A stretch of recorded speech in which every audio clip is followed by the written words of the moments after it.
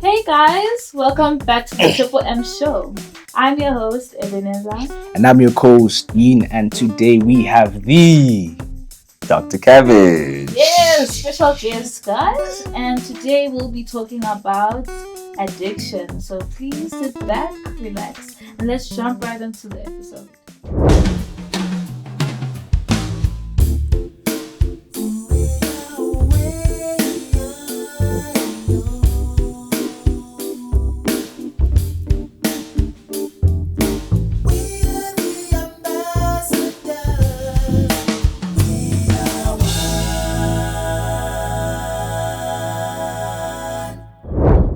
So you know what time it is, guys? It is time for the question of the week. And the question of the week this week is, what are some addictions that are actually overlooked? So we usually just react to the replies that we get.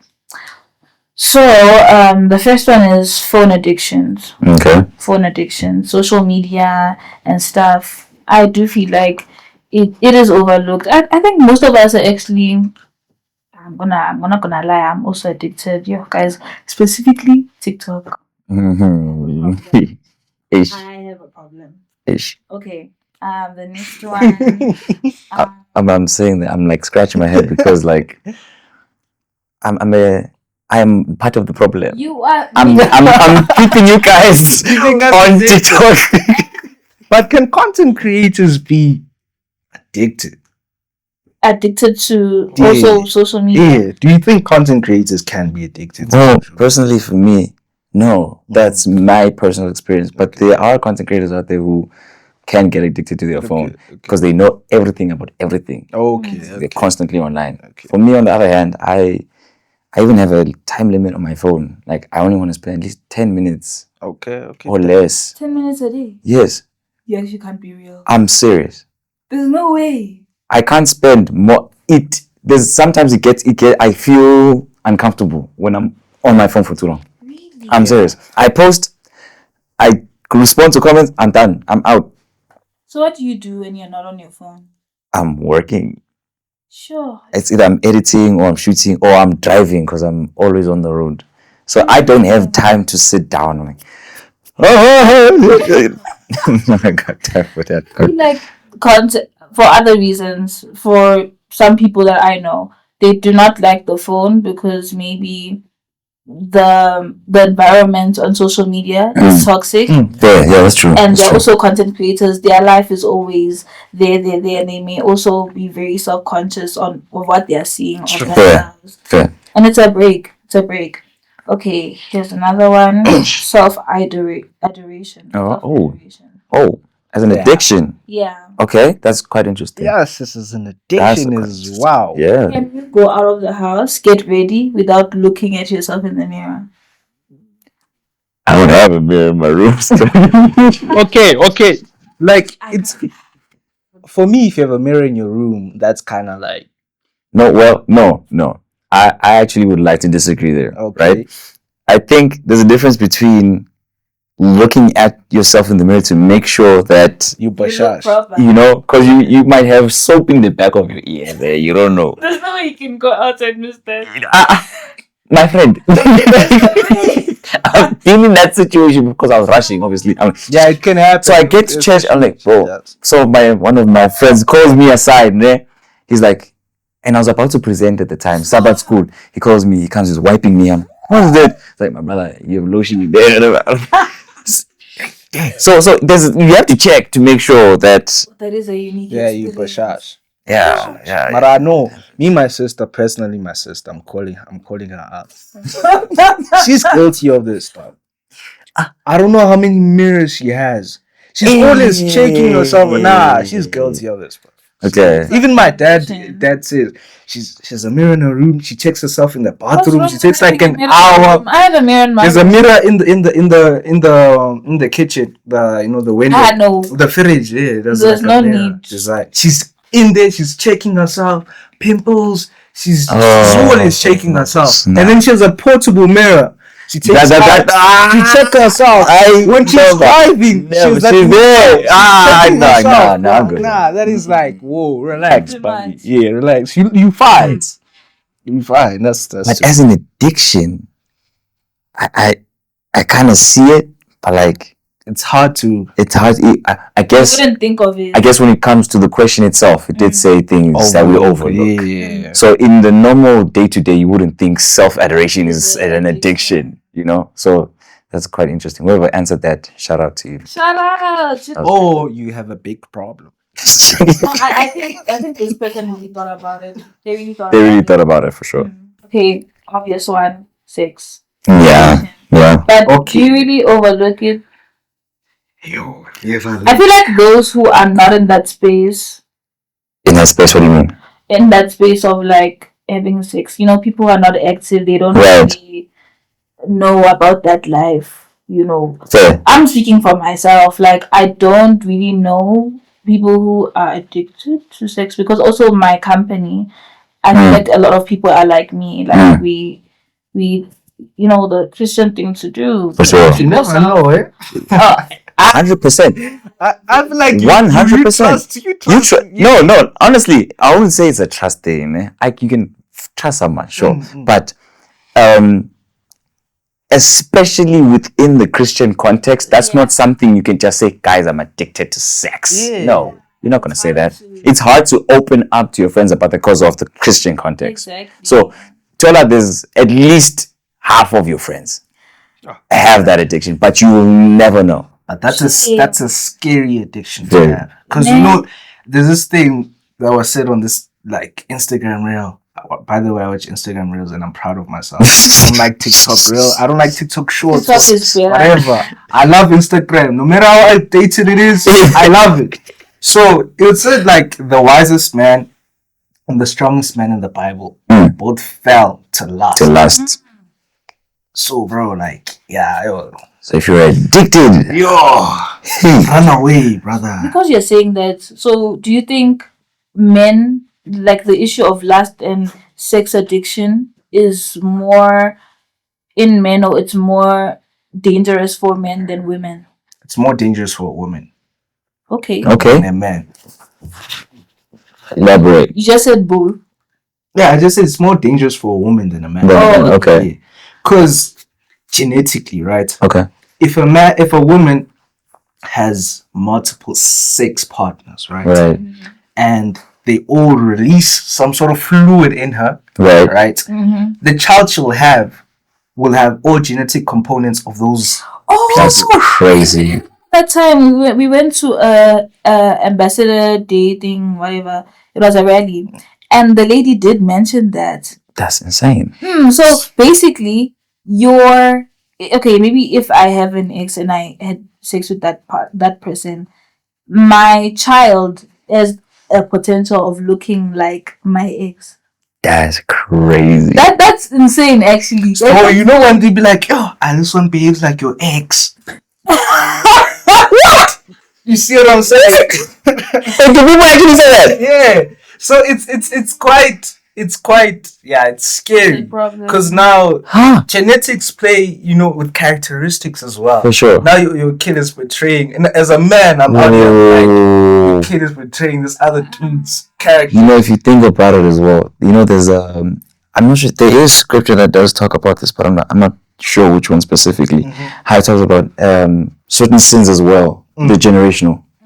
So I'm trying to think now, if you have multiple partners, and then there's those certain generational sins that will now fall onto your son or your child, coming from all these different men. Yeah, that is scary. I think that would be insane. It should be Genesis. Yeah, The yeah. sins of the father shall fall from To generation to generation. Yes. Yo, guys, that's scary. So there's certain addiction that people have now. It's because their parents didn't deal with them. Yeah.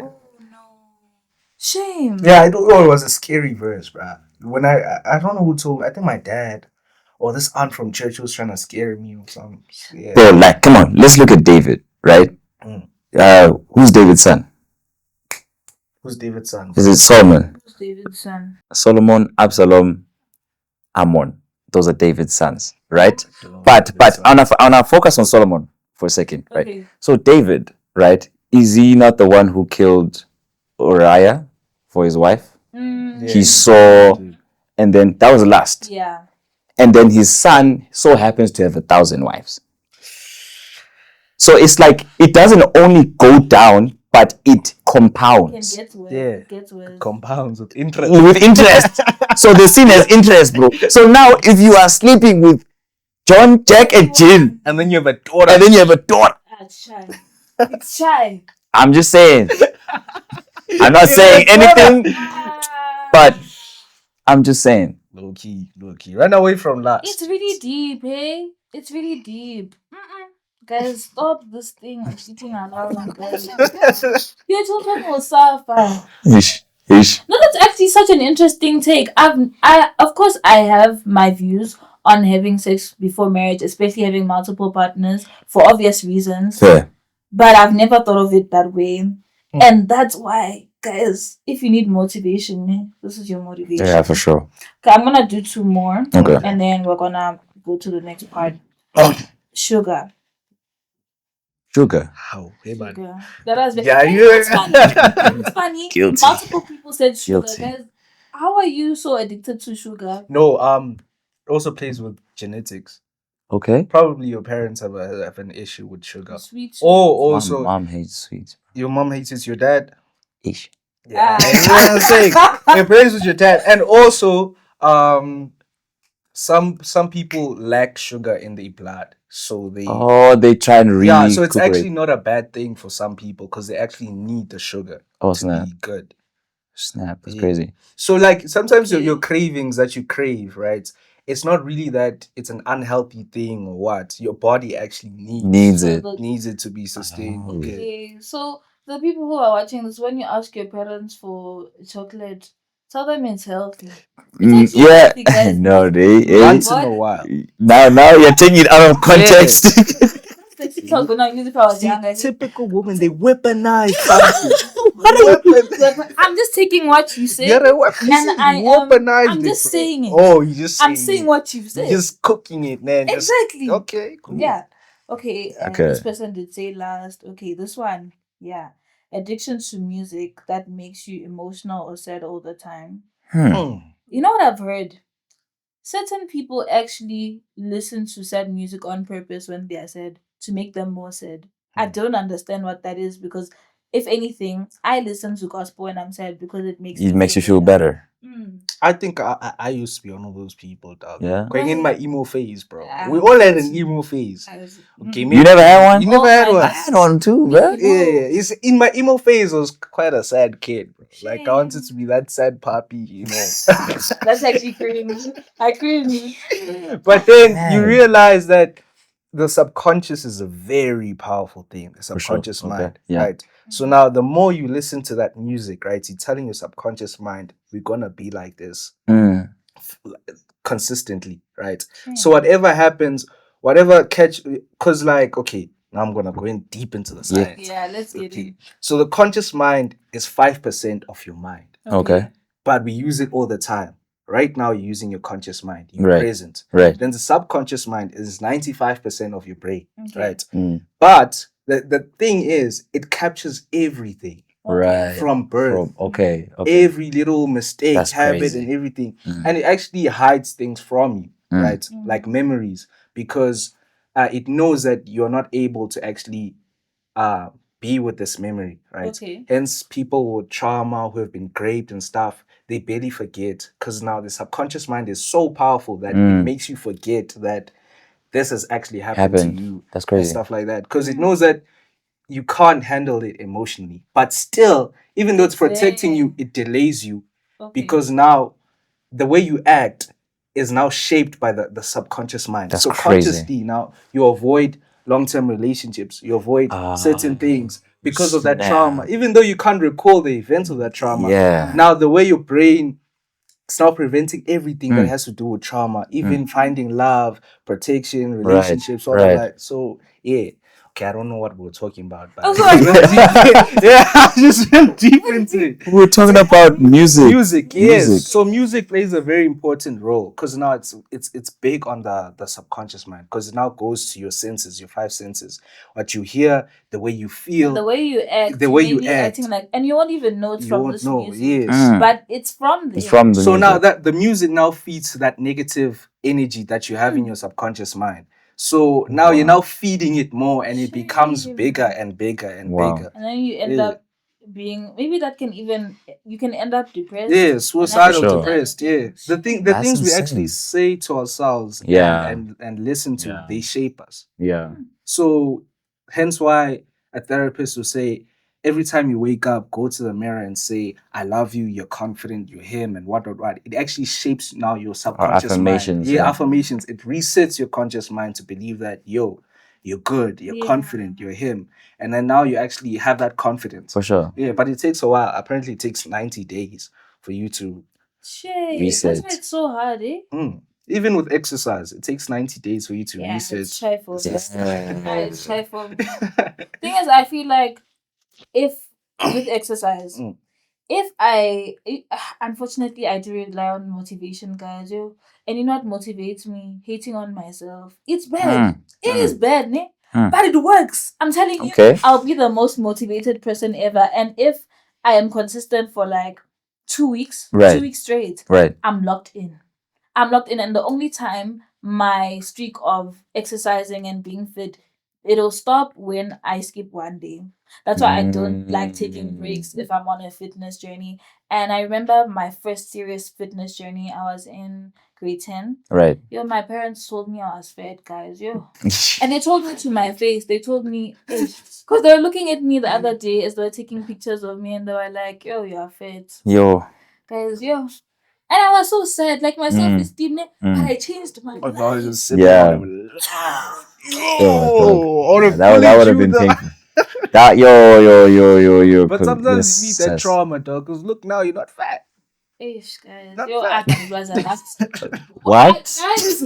Oh! No, you're not fat. You As said in, I'm not fat. no, as in they said you were fat, and I don't think you were fat. I don't mean it in that yo. It's okay, bro. It's From okay. when I was Okay. younger, because actually maybe I should, because I don't like your comments. Mm. What does that mean? I was trying to pretend. Okay, let's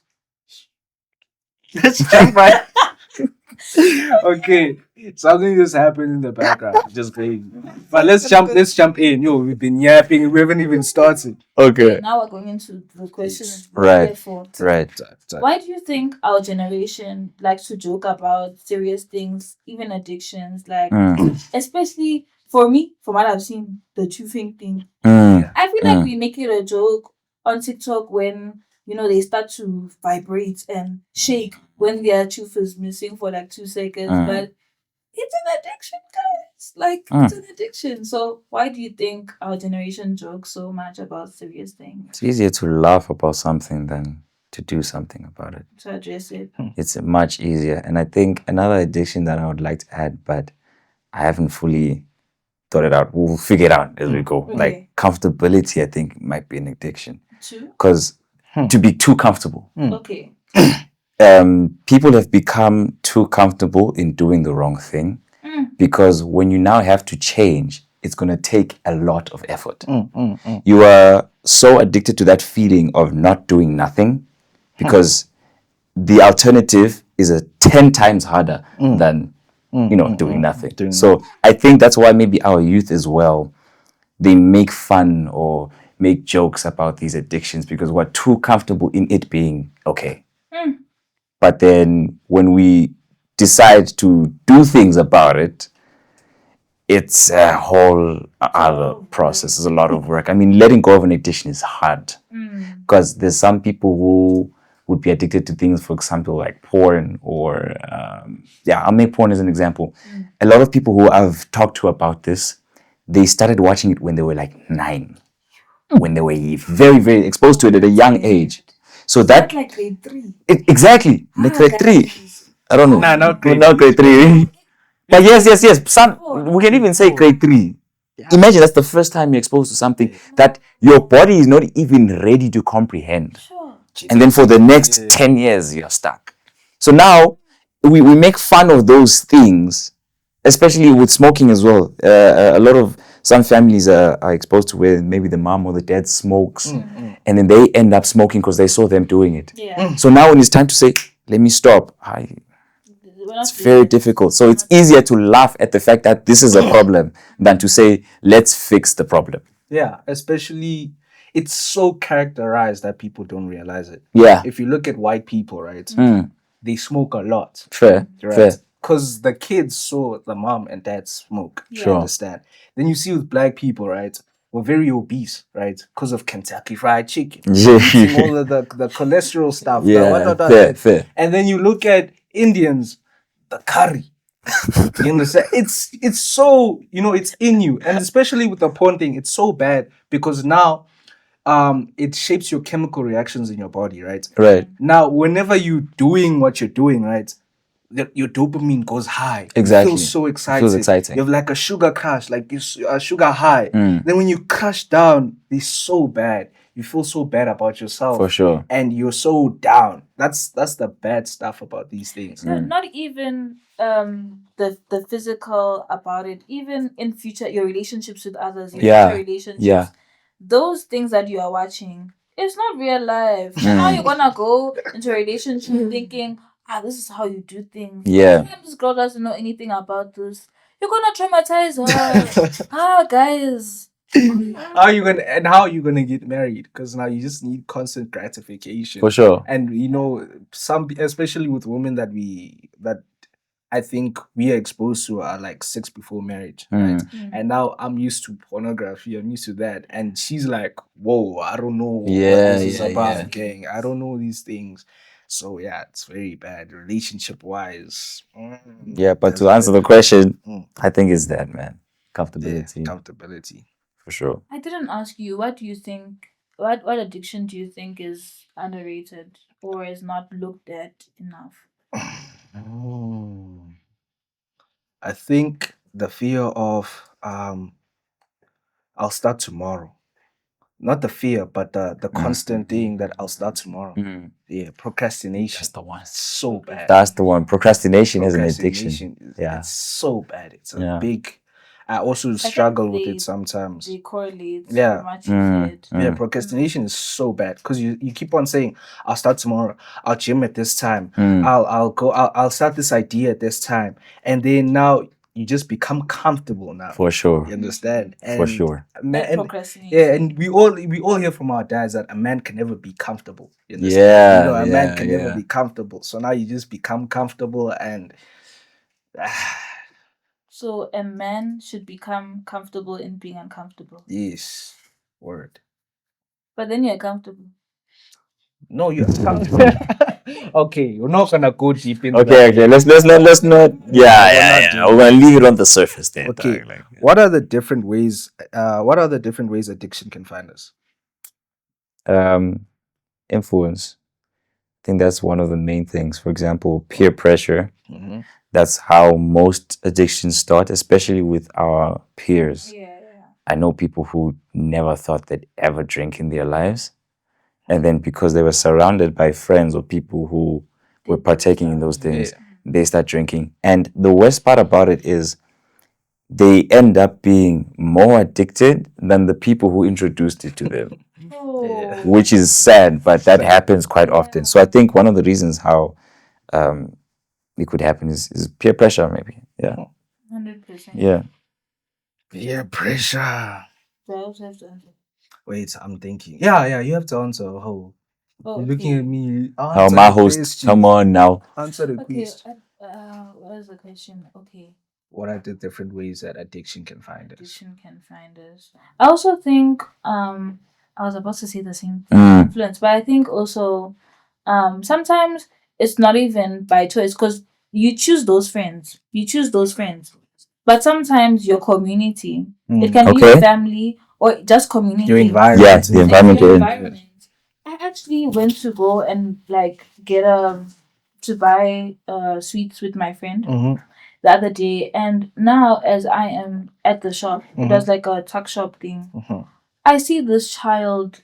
I'm telling you, I swear that child is like in grade 4, grade 3. He was fighting with this girl for weed, like, and you could see this child, has experienced. Ah, Guys, that was so sad. Like, and I'm looking at this child, and the owner of the shop was trying to like chase these kids because yeah. they were, I don't know what, they were trying to buy some more. Guys, man, like, it's so sad because you could see from the environment as well. Yes. And the friend, of course, the community, like everyone else seemed like, it's like it's normal, and I was so concerned. So, mind you, it was a school day. Guys, Yeah.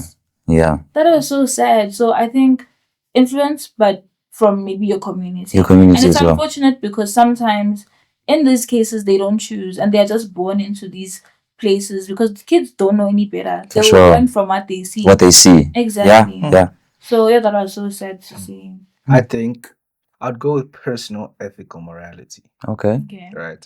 So basically, that's integrity, right? So integrity is made out of ethics, right? For what sure. you think is right and wrong. Right. So I think that is big, right? Because we all here were born into the church, right? Fair. So now you have the ethical morality of the church, right? Right. And of your parents who brought you to church, Right. So then you form this way of life, and you now know what right is wrong is. So even with kids that are not in like messed up neighborhoods or anything, they can still result to doing what people in messed up neighborhoods do, right? Sure. Because of how the integrity is. They really think that whatever I'm doing, it's fine. It's okay. I've seen this. It's fine. That subconscious I was talking about. It now wires you to think that this is normal. You Yeah. understand? Like, it's like, example, if I take you to a hood, right?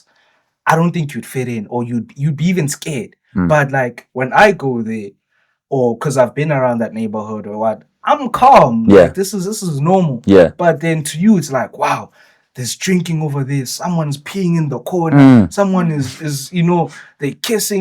Be in the hood. Yeah. Things just happen. Like, Yeah. it's fast. And like, you're like, what the hell is going on right here? You understand? Yeah. And to me, I'm just like, this It's is a normal day Yeah, in life. You yeah, feel me? yeah. So I think your integrity. Yeah, your integrity. Yeah. When you said that, it raised a very interesting point in the sense that for some people it's normal, for some people it's not. So I think addiction can find us in a certain way that some people don't even know that they're actually addicted to something. Yeah. Because of where they grew up. Exactly. This was fine. This was how we did things. This is how was normal. we dealt with things. So they won't even know that, okay, this is actually a problem. Because in the environment they're in, that was the norm. So Especially that's with quite- lust. Yeah. Like with lust, I'll show you, like with Tyler Perry, right? He's Okay. storytelling, right? Okay. And then you look at another storyteller in South Africa, right? Okay. They besides the way, the quality, For the sure, for actors sure, and for what, sure. just the storytelling. To them, sex is really normal. Having Yes. sex It's like with numerous people, it's really normal. It's the American way. They're accustomed to it. If you don't have sex or what, you really weird. You're Yeah. not a cool guy. Yeah. You just, it's normal to have like a gazillion sex partners, right? It's normal to have a crazy body count. But you see with SA, like we are getting westernized, but Yeah. we're not that westernized. Yeah. It's not normal. Fair, Like, you get labeled as woman. It's fair, babe. I think What? it's the culture as well. Yeah, our culture. Yeah, our yes, African yes, culture, exactly. yes, True. That now, makes so much sense. So you can see with the storytelling, besides the quality and the what's Hollywood, it's what. You can just see that, wow, the way of life, because storytelling is based on actual stories and the For real sure, life of for the sure, thing. for So, sure. yeah. Yeah. I also like to know, at what point does entertainment become dependence? Maybe on social media, the things you watch. Yeah. When does it become dependence? Because I know we all watch things, we all have shows that we watch. Right. But now you cannot not watch something. Like you always need to be, how do I explain it? Low key. It's It like can when even be TikTok. It doesn't have to be like a whole movie. Oh, or yeah, anything. yeah, You yeah, always yeah. need to. for me, like, when there's this common thing that we all struggle with, like when you're watching TV, you can't eat food. You can't eat food. Yeah, like you can. No, you have to eat food when you're watching. When you're watching TV, Yeah, like the you TV can't You can't eat without watching something. Yeah. Oh, Like that's- it's so. And this other day, I was like, nah, bro. I'm just gonna put my phone down. Yes. I'm gonna sit in the In lounge and I'm silence. just gonna Eat your food. Yeah, I'm gonna How eat. did you feel? It was fine. Like I was with my thoughts and everything. It was so fun. And you know how whenever there's load shedding, the family comes together. Yeah. All of a sudden cards. now we're a family. You understand? Because there's no power. Bro, the room from that one, the other room, we all come together. We start playing cards, and that rewired my brain to say that wow, we're so captivated by Wi-Fi. Like Wi-Fi Shame. controls us, bro. Like Ugh. You actually addicted. yeah, because now you could sit and eat and talk, be okay with awkward Yes, silence, yes. play You know my games. issue with the eating one, dude. I can't eat in silence. It's so awkward. Like, Like, yeah. other people have to be Oh, my speaking. days. Other Yeah. people have to be speaking, but I don't like to talk while I'm eating. Okay. I'm a slow eater. Fair. Like it's so bad. I'm the last one to finish eating. All ambassador. The last one to finish eating. So if I talk, that makes it so much worse. I So I see. eat in silence. Yeah. And now if everyone is quiet, like it's so awkward. You're just hearing everyone chew. Oh, Guys, music or something. something That's needs to happen. That's why I always watch something. But Mm. I feel like with certain people, it's not a problem. Like Right. with my best friend, I feel like we're so comfortable. Yeah. Like we're so comfortable. Fair, I feel like fair. it's not awkward, but most of the time I'm very awkward. I think, but then if we talk about how it's creating a dependence, right?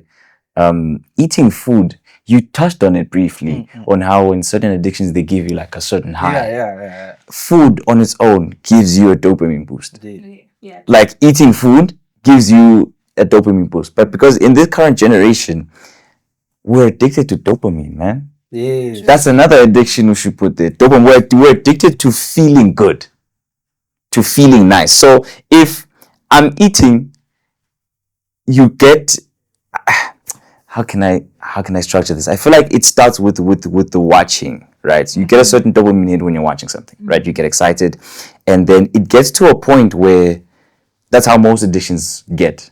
It gets to a point where that thing that you're doing isn't doing it anymore. Okay. So now you need to layer it with something else. Just like drugs. Just like drugs. keep You start with one, you keep going Yeah, up. you keep going up. They gave weed a name. It's called with the Cannabis. no. Like in terms of drugs, it's the something drug. Entry level.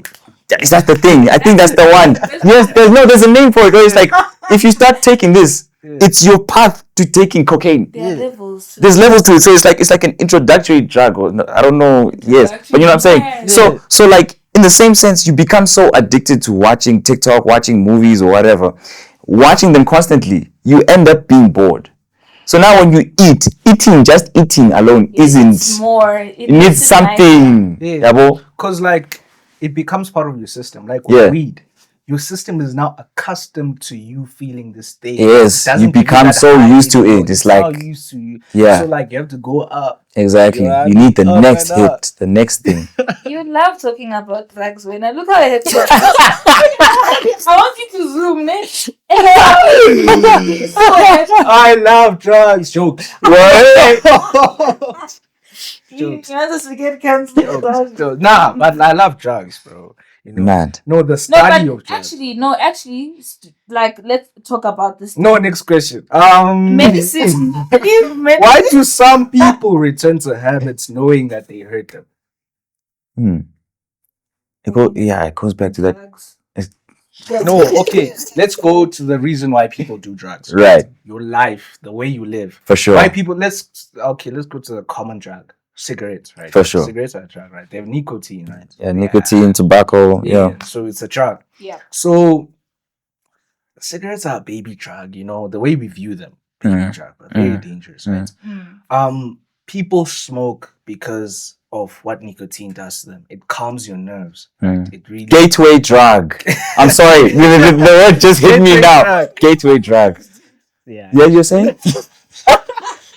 Okay. So like people who smoke, right? They Yeah. smoke usually because of stress. For sure. Right. People who like weed, right? It's because they want to be in a different world because their Yeah. life is just so bad, where they just want to be So like an escape. It's an escape, right? So it's all of these common problems: stress, escaping from your what is this, From your your life. That's why reality, people yeah. return to these things, you know. Some people recover, you know, you go to rehab, you recover from whatever addiction is controlling you or has you on lock. But then your life also, it just now it's not, things are not going well. And Right. you just go back to be happy temporarily, and then yeah, that's how it is. You find yourself always high. Ish, bro. It comes back to the comfortability thing. Yeah. You know, for some people, it's Being happy it's easier to not deal with hard things. with the hard things. So you would rather just constantly, you know. And parents mess this up because parents really pamper you, especially nowadays.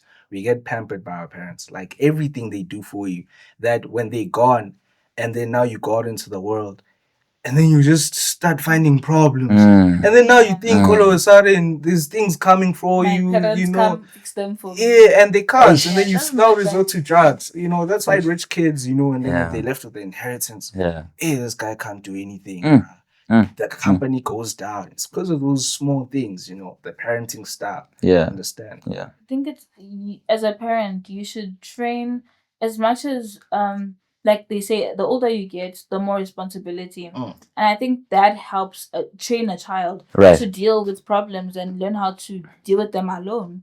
You don't, not everyone is gonna save you. Sometimes no one is coming to save you, and you need to learn how to problem solve. It's a very necessary life skill, guys. It doesn't matter how rich you are or how many disadvantages or you have in life. Like, it's something that we all need to We all need to we have. all need to have. For sure. Yeah.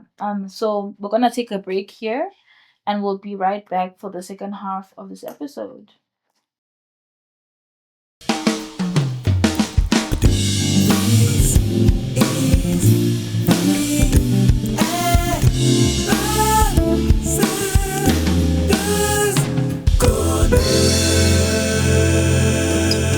On the Triple M Show.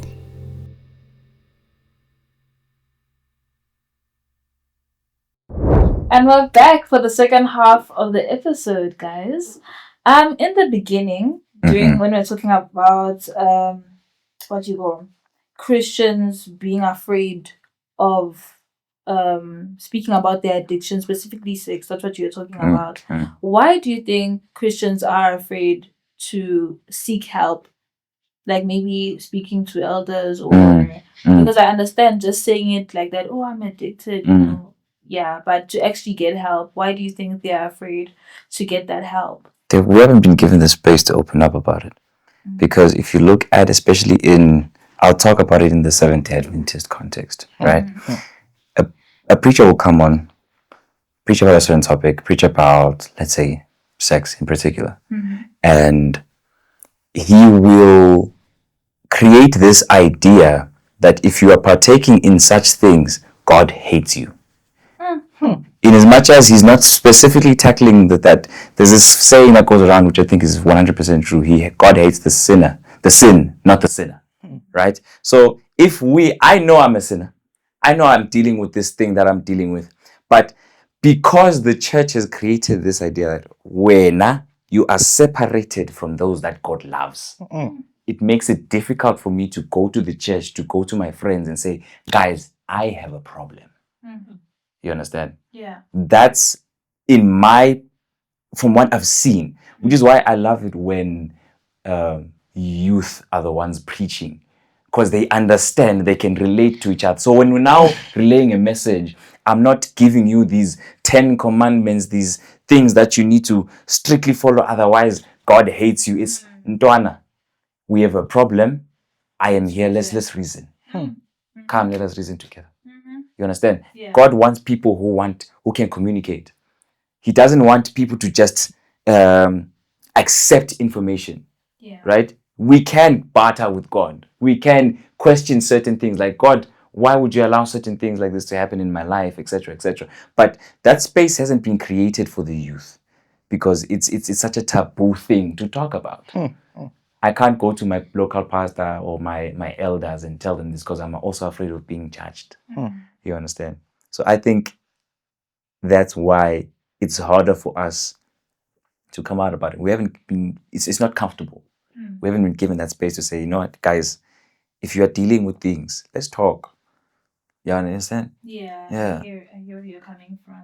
I've never even heard of anyone speak about such stuff, even Mm. as youth. Like, and the thing is, I feel like there are signs that it's there. Yes. There are signs that it's there, but you will never ever see anyone trying to get help from the. I know you can get professional help, but For sure. sometimes there's also a spiritual angle from this, especially when 100%. it comes to sex, lust, Hundred all that percent. stuff. 100%. And I think if we were to create that space as a church, it'll do so much good because they will not have to feel like they have to carry that burden alone 100%. and actually get help from a physical, mental, and spiritual perspective. Mm. Yeah.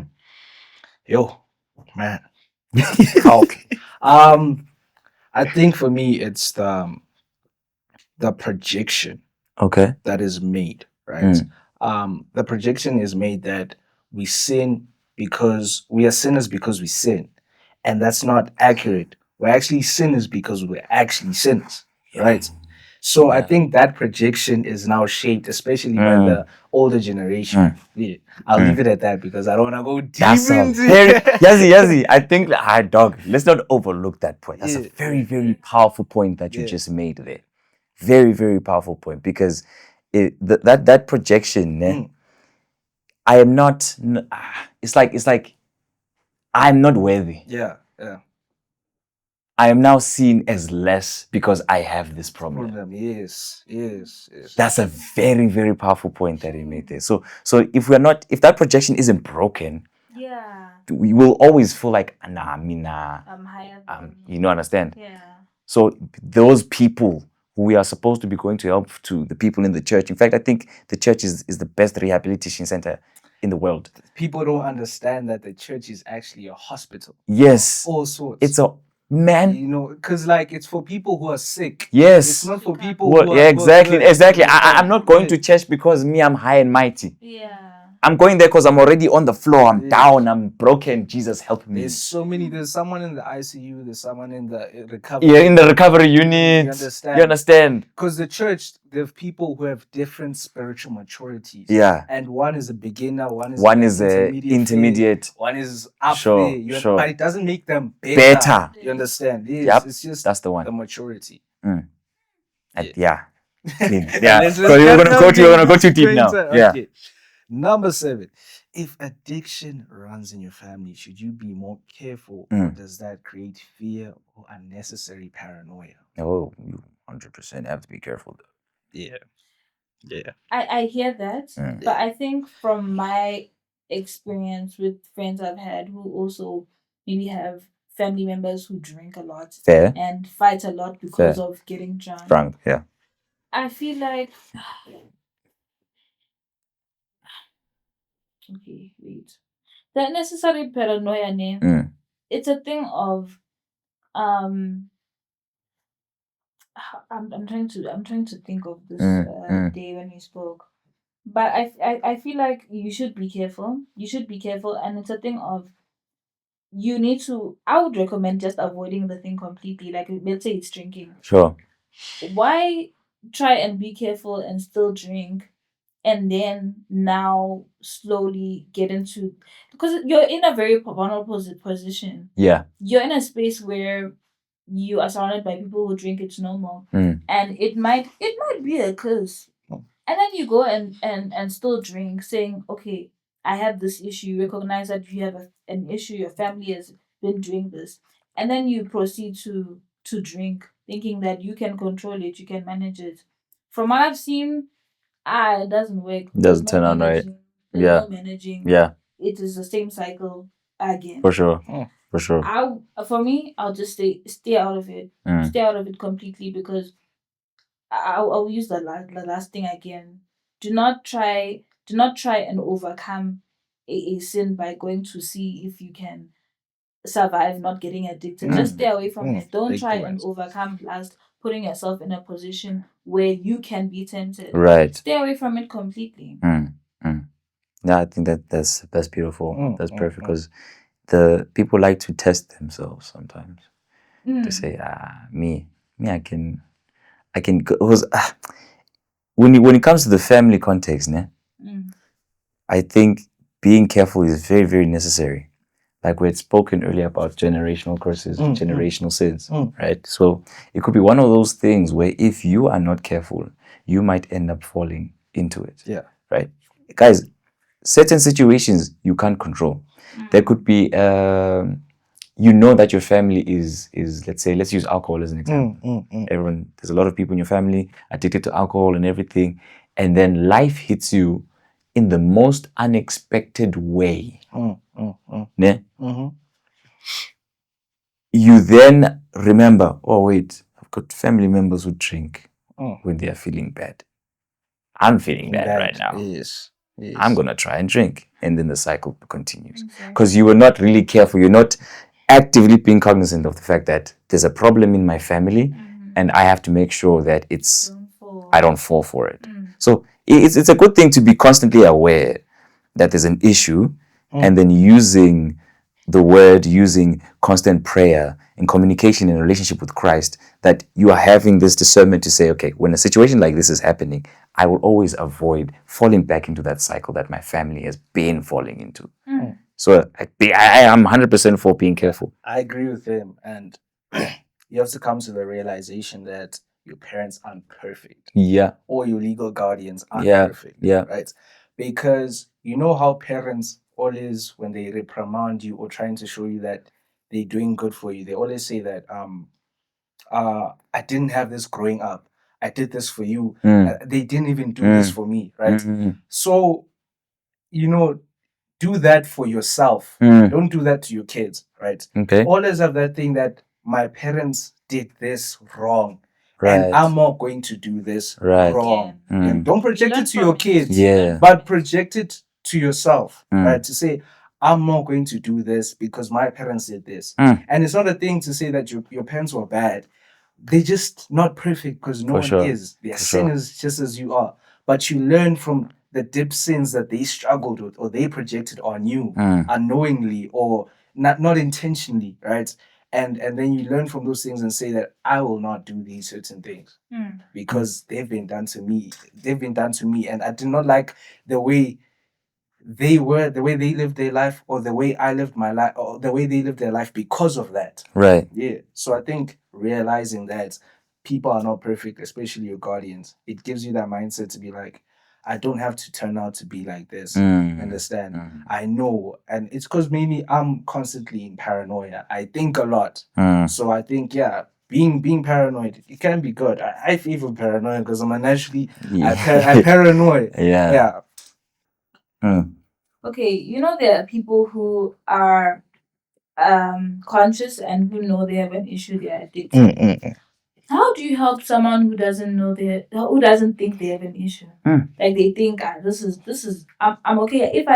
If I just decide I want to stop, I can stop anytime. And then you find out they've been saying that for like 3 years. For 3 years. Yeah, no. That's a hard one. That's a very difficult one. Yeah. I wouldn't know. Yo, that's a tough one, yeah? This one, low-key personal question. We have to just help a brother and sister here. So how do you help someone who doesn't have a problem? Let me let my brother cook because I know he's thinking. Especially when you hold I'm using the beard. I'm trying to load faster. trying to gather. Bro, think about it. Let's. Okay, I'm not answering the question. Yes, let's dissect. I'm trying to dissect the situation that's happening here. So you have a friend. This person is addicted to something, right? But they don't realize that they're addicted. That it's a problem, right? They think this is manageable. This is manageable. I've got this. I only drink on the weekends. Yeah. I only watch it like once or twice. Yeah. There's for some people, they don't see it as a problem because it's almost helpful for them in a sense. Okay. So now you are telling them to stop doing something that's helping them.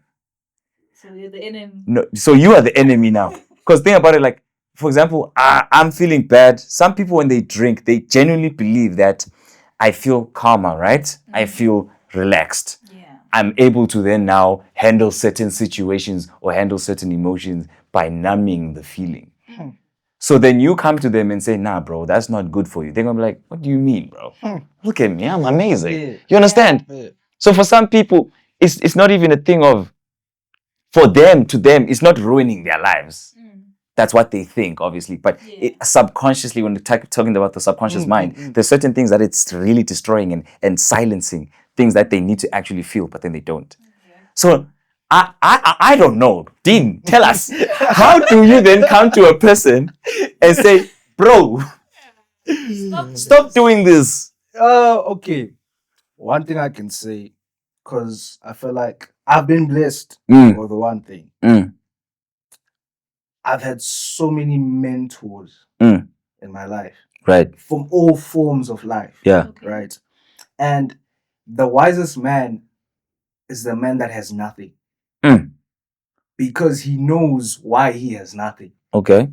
That's so those people that drink Mm. with they know what they're doing is wrong. Mm. Do you understand? Mm. They know. I've been with people that they drink crazy, right? Right. But they can quote the Bible like Yes. no one's That's business. Yes. Like, and then you look like an idiot, Mm. right? Mm. So it's a difficult thing, right?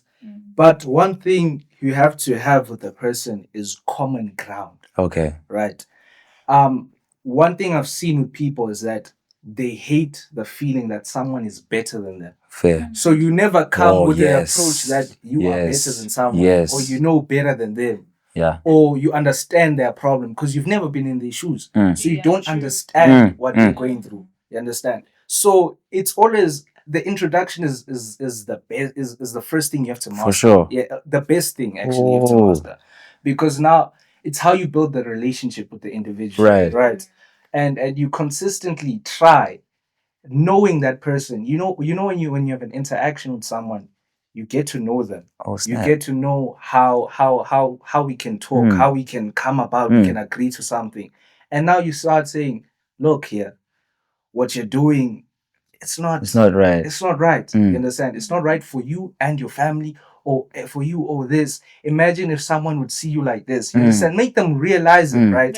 Don't give them the answers. Make them see it on their own. You understand? And show them a positive example of your life. Never make it seem like you're better than someone. Yeah. Because the Bible does say, rebuke your brother. Do not give your brother judgment, but rebuke him. Yes. For the gates of heaven shall close if you don't rebuke your brother. You understand? So it's an attempt. Rebuking, it sounds like a strong word logically when I think about it as human beings. But the rebuke that's said in the Bible is It's with love. it's with love. Tell your brother with love that, brother, what you're doing is not the way. And you know when you're talking to someone, you can sort of feel how you're saying something, how you're coming about something. So to you have to be humble, very humble, knowing that maybe this could have been my life if one thing just went wrong in my life. Right. I could have been like this. So try and put yourself in their shoes, to actually resonate with the person. Oh, And I'm then glad now you said that. you can yeah. I'm glad to say that because I want to argue. So, as you are, you're friends, you have that relationship, and you're trying to resonate with that issue. I feel like because you're friends, at times they may joke about maybe getting drunk or being hungover and stuff like that. And as you, of course, you've been telling them, no, this is not good for you, whatever. You wanna be their mom or whatever, and you are resonating. You're trying to not be judgmental. I feel like to some extent, doesn't it become enabling when you're trying to Hence why I say resonate, don't emulate. There's a big difference. Okay. There's resonating with someone and there's emulating someone. Okay. You can emulate someone with not reprimanding someone. Okay. Right. Not telling them this is wrong. Right. As a person, you have to tell someone that what you're doing is not right. Yeah. You must make it known. Do not try and make it seem like it's something casual that it's wrong. You understand? Or do not even be like the words, man. The words are not coming. But don't I promote hear it. what You you're understand? saying. It's emulation. Emulation is bad, right? And we do it sometimes, even by not doing the action with someone, but by actually not reprimanding someone or not telling them, making it known that you believe that what you're doing is wrong. Yeah. Yeah, because no one will ever say to you casually, you have a friend who drinks and you know you guys are friends, right?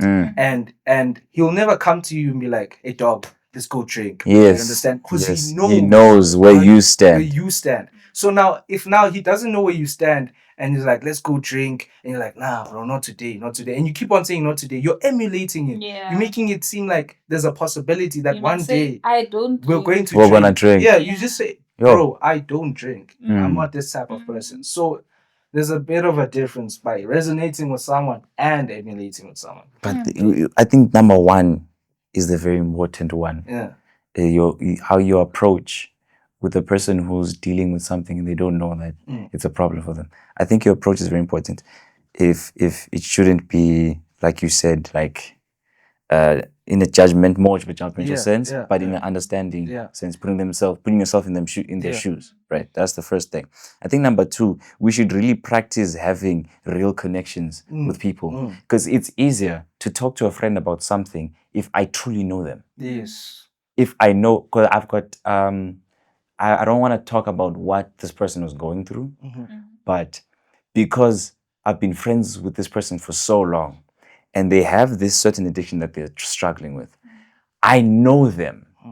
So I can then understand, okay, this is why you're doing this. This is why you don't realize that this is a problem. The why, man. The why. I think once you figure that out, you're like, okay, cool.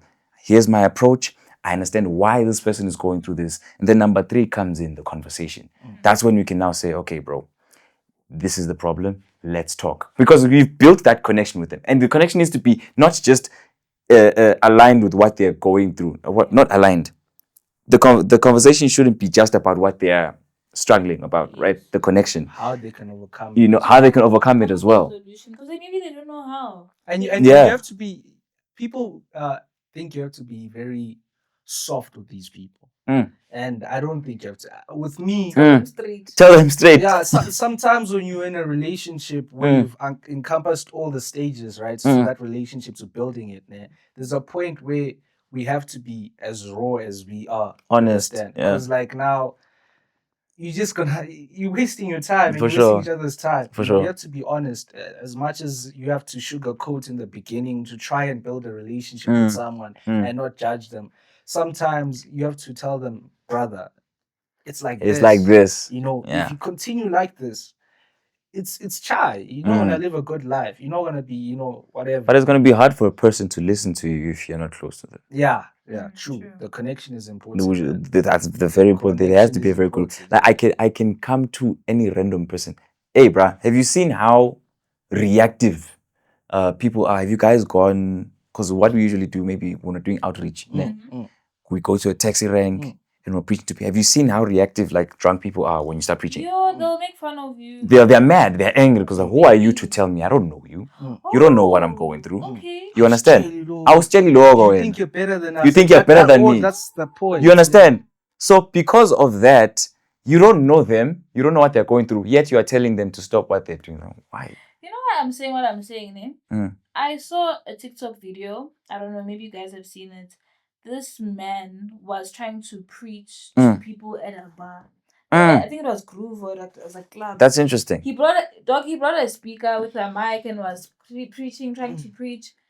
These people, they were clowning him. They were drunk out of their minds, and they were saying, I think this other lady was trying to hit on him while he was preaching, mind you. Hey, guys, like, that preacher is. guys, stop. No. Riz is Riz, bro. What? Guys, but I just feel like it's the approach. The approach is You're very not gonna important. meet anyone like You that. won't. They're entertained by your efforts. Yeah. But yeah, they're not taking you seriously. Have you ever had to, or what was your encounter with dealing with a bad habit? Maybe your own experience, and what did it teach you? A bad habit. The worst habit that I used to have was laziness. I think for me, that's something that I feel like I realized it late as well. No? But then it's also nice to appreciate the struggle of certain things because you learn so much. So for me, I was not always as focused in what I was doing. I think that's why I mentioned the comfortability thing because I myself I was always too comfortable, But then it was until I said, you know what, let me try and come out of the box. Let me get out of bed. Let me create a system that's going to help me be better. Because now the problem with the laziness that I had, it was also linked with depression as well. You understand? Because I'm not feeling in my best, I'd rather just sit in bed and watch movies all day than wake up and make something of myself. And that was a very big problem that I used to have prior to where I am now. So for me, what I learned from breaking that habit, it's difficult. It's very hard to just stop doing something you've been doing for so long. It's part of your routine. It's become your routine, So habits, the same, bro, habits die hard. Bad habits die hard. But then do you also know that bad habits start slow? Yeah. You don't just wake up one day and all of a sudden you're lazy. Interesting take. Yeah, one day it just doesn't happen in a day. It's something that happens gradually, which is one thing that I learned as well. As soon as you become complacent in certain areas of your life, you end up becoming more lazy. And that's what happened to me, right? So these habits, and addictions as well, same thing, they grow. So in the same way that they grow, they can be reversed. It only takes that first step of you saying, you know what, I want to try and change this, which is what I learned from my laziness. I was like, okay, bro, your laziness is affecting not only you, but people around you as well. Because people would ask me to do certain things, or people would want me to go somewhere with them, but I wouldn't go because I was like, I don't feel like it. But then you don't have to feel like it to do something. Yeah. Doesn't matter. But as soon as you start pushing yourself, like, okay, you know what? Maybe let me say, I wake up at this time. At this time, I'm doing this. Create a system for yourself. Do that one thing, and then you do another thing. Yeah. The other thing. And then the I've other also thing, yes. struggled with that laziness, man. It's hard, bro. It's hard. Also procrastination. Procrastination. Also, the way my brain is wired is quite different than other people. For sure. Understand? For sure. My brain is wired to doing things with stimulation. It's not even because I am like that. Dopamine. It's because my brain is naturally like that, and it happened with school where matric was very hard for me because you find your grades going up, down, up, down because of the way my brain is. Yeah. And you start blaming the way you are or what, but then you start wondering that you hear people that take your life by the horns of the bull, yes, and be the master of your own destiny. Understand? 100%. Because you can shift the boat any way you want to. So I'm actually conquering my bad habit now, which for me is measuring my self-esteem by things. Okay. Understand? Okay. By okay. achieving something. Right. That's how I measure myself. Right. So, and life is disappointing. For sure. Because sometimes God doesn't want you to have that thing. Yeah. Because it's not your thing, or it's not yet. Nah, Yeah. it's not the time. It's not the right time, now, my you son. understand? Relax. And now I measure that by my self-esteem, how I should feel, how I should be. Then now you just become so down, so depressed, so compressed that you don't feel anything. You start to be like, man, this is not for me.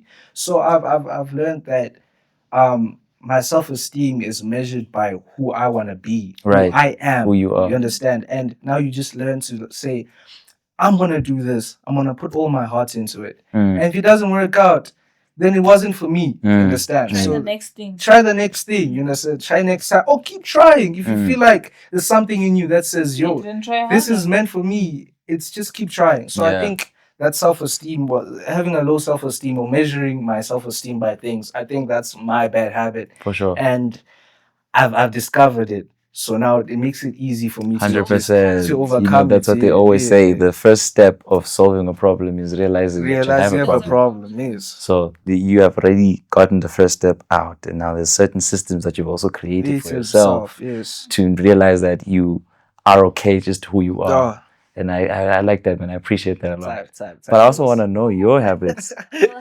We need to Most tap into people that. do it in- No, we can't share, and then you don't share. Yeah, man. Okay, I actually feel like now I have a thing I'm overcoming because Okay. back in the day, guys, I was a hard worker. Like I would Mm. always like to be busy, but I feel like now the comfort thing, I like to prioritize my mental health, but sometimes it's not my mental health. I just don't want to do it. Yeah. So I think I am. I feel like right now, I think I needed to. I went to Venda recently. Okay. And I think I needed that. I needed that Mm. because it was like my brain was rewired for making my life busy. You need to be busy. You cannot not do anything. Mm. You have to be busy, and I think I'm very locked in with what I'm doing right now. Okay. Yeah, so I think if I'm consistent with this, it's not gonna be an issue. You raised a very important point. Mm. Bro, Because if I take a break, it's chai. it's chai. It's chai. No, but that mentality can also hurt you. Okay. You understand? If I take a break, it's chai. Mm. But You it is you chai, don't bro. account for human error. Fair. You understand? Sometimes I run a lot, right? I do Okay. 5Ks. I'm into the running thing. Yeah. Okay. There's some days where we run, right? And your body is struggling with overload, right? So now, instead of doing the 5K I was supposed to do, I can only do the 3K, Mm. right? And then now I'm so harsh on myself. And then I just recently watched this video. He's a guy who runs big distances. He's a marathon runner. Right. So he says to me that like I was supposed to run a 5K Right. and I only ran a 3K. Right. And he's like a big role model of mine, and he does outrageous runs. Right. And you understand that he's like, sometimes we're too hard on ourselves. He's like, tomorrow I'm out running because I can't run. You understand? Because my body's tired. I Yeah. have to account for human error. My Yeah. body's tired. Yeah. I can't run. You Yeah. understand? So don't be like harsh that. on Don't be too harsh that I can't take a break. Mm. You're not a machine. You don't Yeah, operate like yeah. a machine. True. You understand? You take breaks. I took a break last It's week important because to I was take struggling. Take breaks. 100%. So sometimes it's account like I was too busy at work. I had this. It's not excuses. It's the way it is. You need rest. You need rest. Yeah. It's human error. You need to So reset.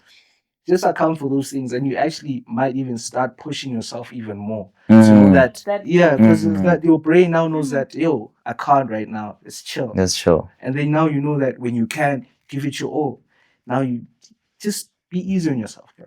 Man, but one thing that I wanted to say, Yes. Sorry. Yes. in the context of addiction, right? You mentioned that you want to constantly stay busy.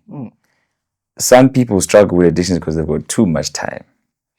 Okay. Oh yes. Because Okay. you could you don't have anything else to do, right? So then you see bottom. My brain is just going okay, bro. Like boredom, ne? Yeah. Gives you an opportunity to say, I don't have anything to do right now. I need to do something. Let me try something. Let me try something. And then you see yourself watching things you're not supposed to watch. You know what I'm saying? I like this. You know. So now when I'm bored, I come here. You know. Yeah. You understand? Because you've got too much time On your hands. Staying busy. Now, staying busy doesn't mean you constantly have to be working. You constantly have to be this amazing person who's locked in every day. No, like instead of watching or drinking or falling back into the same addiction, you do something that's slightly productive. For example, maybe you could even read. You could even read your Bible. Like literally, that's even better. You know what I'm saying? Instead of sitting down with too much time. Yeah. Because that gives your mind, and that's when the devil strikes. It's like, this one is bored, this one. I know they're gonna scroll on TikTok. I'm gonna fire an ad there of something like that. And they're like, oh. Yeah, what do you recommend? How much time should I spend on TikTok? Low key, guys, TikTok is it makes me so happy. I'm not gonna lie. But the content on my TikTok isn't bad. Like Yeah. stuff, anime edits. You know, when you know your bad habits, you know what you have to do. Yeah. Really Yeah. know what you have to You know that's so true. Yeah. You know what you have to You know do. what you have to do. You know. Stop trying to ask people Yes. what you have to do. Start. Okay, And when I you just need to start it, stop. and when you're in that groove and you need more, that's when you ask people. Yes, Start. that You exactly. don't ask people because people are on a different level than you are. So Mm. you're saying I must completely stop. Yeah, no, don't completely do what you have to do. What I You have know, to do. you know what you have to do.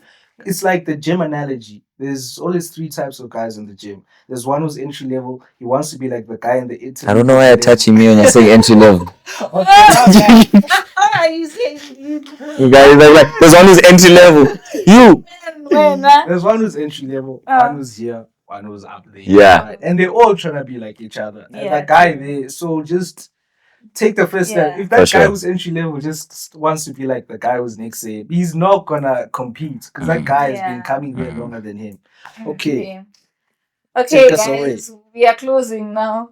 Thank you guys for watching. Thank you for coming. It's a pleasure, And man. you It's a guys, I pleasure. learned a lot. Okay, what is your final word? The final word of the day. And you're not saying a word of the day, it's only the guest.